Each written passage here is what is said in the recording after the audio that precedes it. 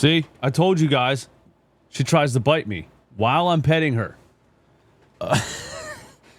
Hey, Keith Pompey gave his opinion on the Joel Embiid current state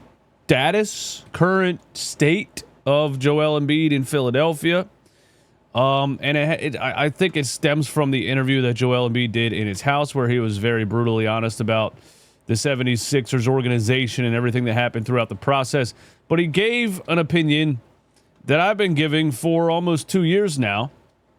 And let's just listen to what he said and give our opinion on it. You give me your opinion in the comments. Do you agree with this Keith Pompey take or not? And then you gotta see the reaction that it's getting on social media. Well, I need to put this on here. Hold on. Wait, no, wrong button. Sorry, here we go. Here's Keith Pompey's current take on Joel Embiid that's garnering a little bit of a reaction on social media. I think Joel may know that the end is near, and this is just me saying, and it's kind of like explaining to people what he's been going through. Because rarely do you have a guy tell you how much pain and how much they're going through. The thing I took from it was no matter who is there, the culture is the same. And I feel like Joel Embiid knows that it may not be this season, but the end is near. And he feels as though he can't play to the level he used to. I could be wrong. He could come out and have another MVP season. But that was my takeaways and questioning why did you come out with this article at this particular time, when in the past you always said I'm good. Bro, I mean, that's 100% on the money. That is 100% on the money. And I think hardcore Sixers fans or Joel Embiid stans, or I don't know, I like to call them cheerleaders or fanboys, whatever. You know, I disagree with plenty of things Keith Pompey has said over the years. But much like the hate that Mike Missinelli gets for keeping it real, I think there's a percentage of fans that are cheerleaders that just don't want to hear anything negative about the players or the team or whatever it is. And when the Joel Embiid article came out, it was all like, oh, this should change the way you feel. And if you have anything negative to say about the Joel Embiid situation in Philadelphia after reading this amazing 400-page, 9-hour article, you are inhumane and you are a cancer to society. And it's just flat out not the case. But I think somebody like Keith Pompey or Mike Missinelli, these media guys, they get bashed on social media so much because they're looking at things from a business standpoint or from a logical standpoint, and they're trying to take their fan emotion out of the take, or they're not really Philly fans at all. They're just writers and radio guys. But I think these people are important. I think these opinions are important. And Philly fans should really cherish when you get an opinion from somebody that is from the outside, or an opinion that is not from the perspective of a hardcore fan of the team. Anyway, this is what I've been saying about the Joel Embiid situation for a while. And I think he hit the nail on the head. And let's hear it again, because there's a couple things in here that I really agree with, because the end is near. I don't think he's talking about Joel Embiid retiring.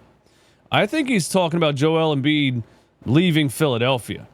I said the other day Joel Embiid should have taken the Charles Barkley approach. Charles Barkley gave the 76ers 7 seasons, I think maybe 8 seasons, and then he requested a trade. And it is widely known that Charles Barkley requested a trade because he didn't think the 76ers were committed to building a championship roster. That might be where we're getting with Joel Embiid. And I think Keith is right that Joel Embiid speaking openly about the front office and the organization says a lot about where he's at right now in connection to the team in the front office. It does sound a lot like he doesn't really care anymore about his relationship with the front office of the 76ers, and he's just willing to say all the things that happened throughout the process. So I think he's right about that. What else did he say? Joel may know that the end is near. He did say he might feel like he can't play up to what he's used to playing up to. And maybe he does mean retirement by then or medical retirement or whatever. The 76ers owing him $400 million until 2029 or whatever it is absolutely astounding. But anyway. And this is just me saying, and it's kind of like explaining to people what he's been going through. Because rarely do you have a guy tell you how much pain and how much they're going through. The thing I took from it was no matter who is there, the culture is the same. And I feel like Joe. We say this all the time. There is no culture in Philadelphia. There is no winning culture. You know, when Paul George said, like, I wouldn't have went to Charlotte because of my career would be over, or I chose a team with a winning culture. What? Joel Embiid knows that it may not be this season, but the end is near. And he feels as though he can't play to the level he used to. I could be wrong. He could come out and have another MVP season, but that was the end is near. And he feels as. You know, I think it would be sad. Again, both things can be true. When it comes to that article, me saying, get this article out of my face, I don't want to read it. If you can't get on the floor, retire. I don't, because we're over it. We want to see Sixers basketball. I'm not here to care about Joel Embiid's personal life or any other player's personal life or anything that, like, I'm here to, as a Sixers fan, to watch the 76ers and hope that, they put a product on the floor that's a contender. So both things can be true, where I can agree that the 76ers team, front office, culture, everything has been a total shit show since the beginning.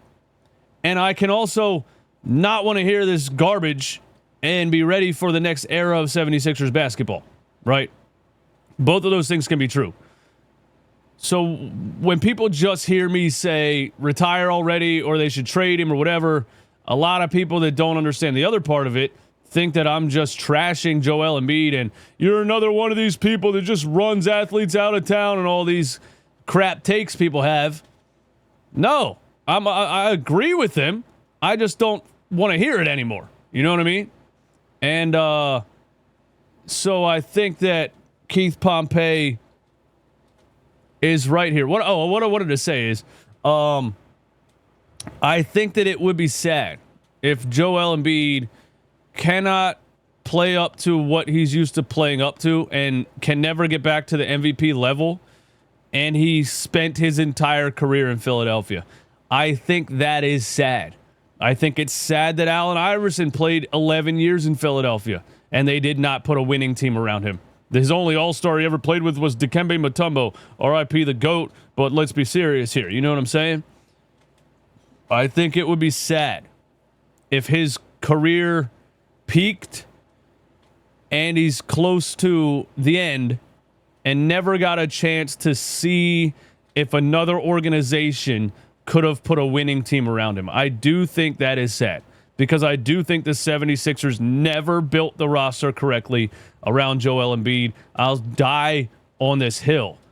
And it's not hard, by the way, to put a winning team around Joel Embiid. Not complicated whatsoever.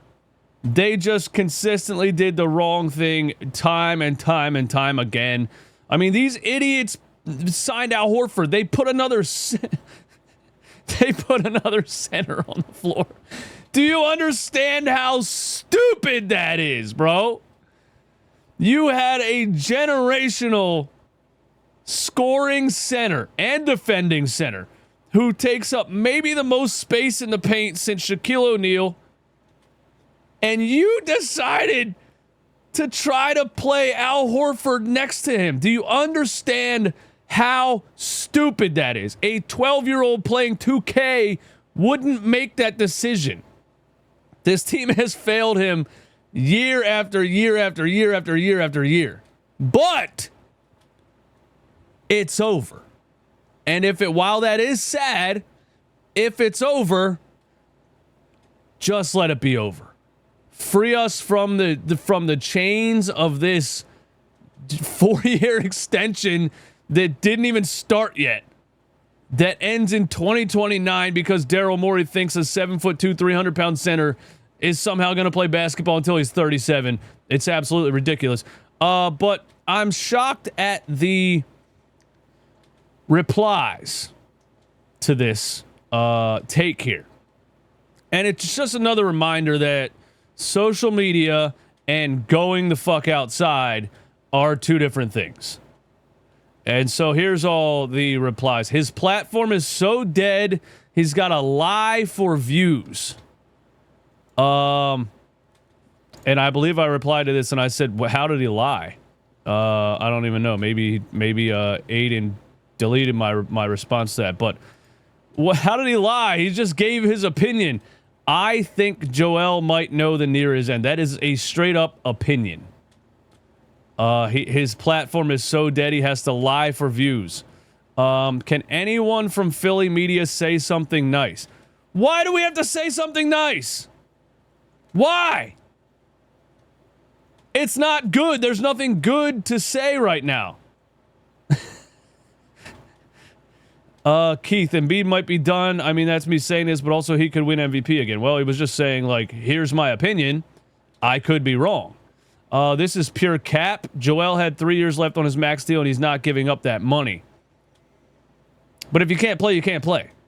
There could be a medical retirement agreement where Joel Embiid would still get most of the contract. There you go. You can medically retire if need be. You get all the money, and your contract is off the books. You don't get all the money. You come to an agreement with the team on the amount of money. And people that say that, too, Joel Embiid's he's not going to retire. He's not going to quit because they owe him this much money. Bro, do you remember when Andrew Luck retired at 30 years old from the NFL? Do you remember what he said? He said it was mental hell going through injury, surgery, rehab, injury, surgery, rehab, injury, surgery, rehab, and he was sick of doing it. I said this on here before, and some people disagree because you guys are probably young still and think that being rich is the ultimate goal in life, and it's just not. If you're dealing with something like that, injury, surgery, rehab, injury, surgery, rehab, it doesn't matter if somebody's paying you $1 billion. Eventually, you want it to be over. And so if Joel Embiid can't play and he's in pain, and it was almost 2 years ago now that he played in the New York series in pain, right? And then played in the Olympics in pain. We're not going to talk about that. And then ramped up all season, played 13 games, clearly in pain. If he can't play without pain, you think he's going to put himself through hell for 5 more years because it's an extra $200 million when he could just retire right now? Do you understand money is not the end-all, be-all? When you already have hundreds of millions of dollars, do you really need hundreds of millions more? Or do you want your happiness? Do you want your peace of mind? Do you want comfort? You know? So I never understand that take either. He's not going to put himself through hell for 5 more years to get $200 million more when he could just retire right now. I don't believe that. Especially a guy like Joel Embiid who didn't come from money, never worshipped money, doesn't care about the celebrity lifestyle, doesn't have a fleet of cars, doesn't have, you know what I mean? Joel, if he can't play and he's in pain, he's going to medically retire. And I agree with Keith that the way he sounded in that article was like he was almost, it sounds like he's done. It sounds like he's checked out. It does. I also think he thinks he deserves sympathy from 76ers fans because of everything he went through. And 76ers fans don't care, but they don't have to care. We want to watch basketball. But I agree with this Keith take. Let me know what you think.